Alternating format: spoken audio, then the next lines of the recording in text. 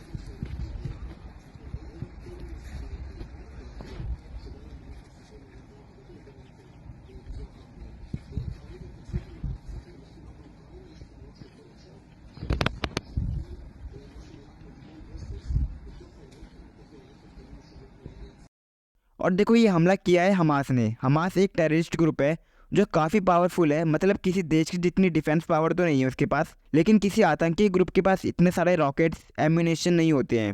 ये कहीं ना कहीं से जुगाड़ ही करते हैं। एग्जाम्पल के लिए पाकिस्तान के टेररिस्ट को ले लो, ये लोग जुगाड़ से ही चलते हैं। उनकी खुद की आर्मी के पास एम्यूनेशन नहीं है तो टेररिस्ट का तो क्या ही हाल होगा, ये आप सबको पता है। लेकिन देखो, जो हमास है ये काफ़ी पावरफुल है।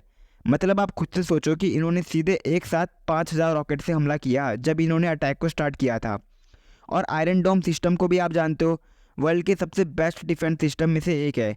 ये भी कंफ्यूज हो गया था क्योंकि अगर 5000 रॉकेट से अगर एक साथ हमला होता है तो कोई भी डिफेंस सिस्टम कंफ्यूज ही हो जाएगा।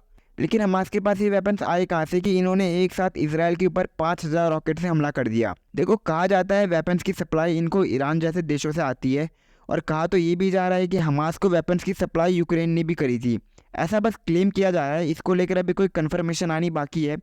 और देखो, ईरान ने तो इसराइल पर हुए इस अटैक को सपोर्ट भी किया है, लेकिन ये अटैक हमास ने क्यों किया है, इसका जियोपॉलिटिकल रीज़न क्या हो सकता है, मैं आपको बताऊंगा। लेकिन इसराइल के बारे में कुछ बातें बताता हूँ पहले आपको। देखो, इसराइल सबसे छोटे देशों में से एक है और इसकी पॉपुलेशन लगभग 85 लाख के आसपास है। लेकिन ये कितना पावरफुल देश है आप इस बात से समझ सकते हो कि इसने अपने सभी पड़ोसी देशों को सिर्फ 6 दिन के अंदर वॉर में हरा दिया था। तो देखो, इसराइल ने आपदा में अवसर को बदला और इन्होंने डिफेंस को लेकर बहुत ज़्यादा ग्रोथ करी है। ये दूसरे देशों को हथियार सप्लाई करते हैं और कई इजरायली गन्स तो भारत की सिक्योरिटी फोर्सेस भी यूज़ करती है। और जो मोसाद है, इनकी इंटेलिजेंस एजेंसी, ये अपने सीक्रेट मिशंस के लिए पूरी दुनिया में फेमस है। लेकिन यहाँ पर एक सवाल ये भी आता है कि इसराइल के ऊपर अटैक की प्लानिंग हो रही थी तो इसराइल को उसके बारे में पता कैसे नहीं चला। क्योंकि देखो, 5000 रॉकेट्स इकट्ठे करना कोई आसान बात नहीं है और इन्होंने सीधे ग्राउंड अटैक भी किया है, ये बड़ी बात है। बॉर्डर की फेंसिंग को तोड़कर ही इसराइल में एंटर कर गए थे। और देखो, अब इसराइल को मौका मिल चुका है और कई इजरायली सिटीजन्स को किडनैप कर लिया गया है, क्योंकि इसराइल देखो इस तरह के अटैक्स को बिल्कुल भी रेजिस्ट नहीं करता है। और इजरायली एयरफोर्स इस टाइम पर हैवी बॉम्बिंग कर रही है गाजा पट्टी और फलस्तीन के एरिया में। हमास के कई लीडर्स को इसराइल अभी तक मार चुका है और इसराइल का कहना है कि कई सारे जो हमास के लीडर्स हैं ये अभी अंडरग्राउंड हो रखे हैं। लेकिन इसराइल अब ग्राउंड अटैक के लिए भी टैंक, फाइटर जेट्स, अपने सोल्जर्स सभी को पूरी तरह से तैयार कर रहा है।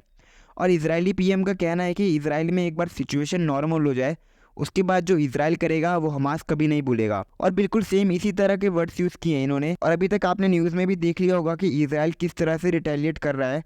और इस हमले में जियोपॉलिटिकल रीज़न शायद ये हो सकता है आईएमसी कॉरिडोर।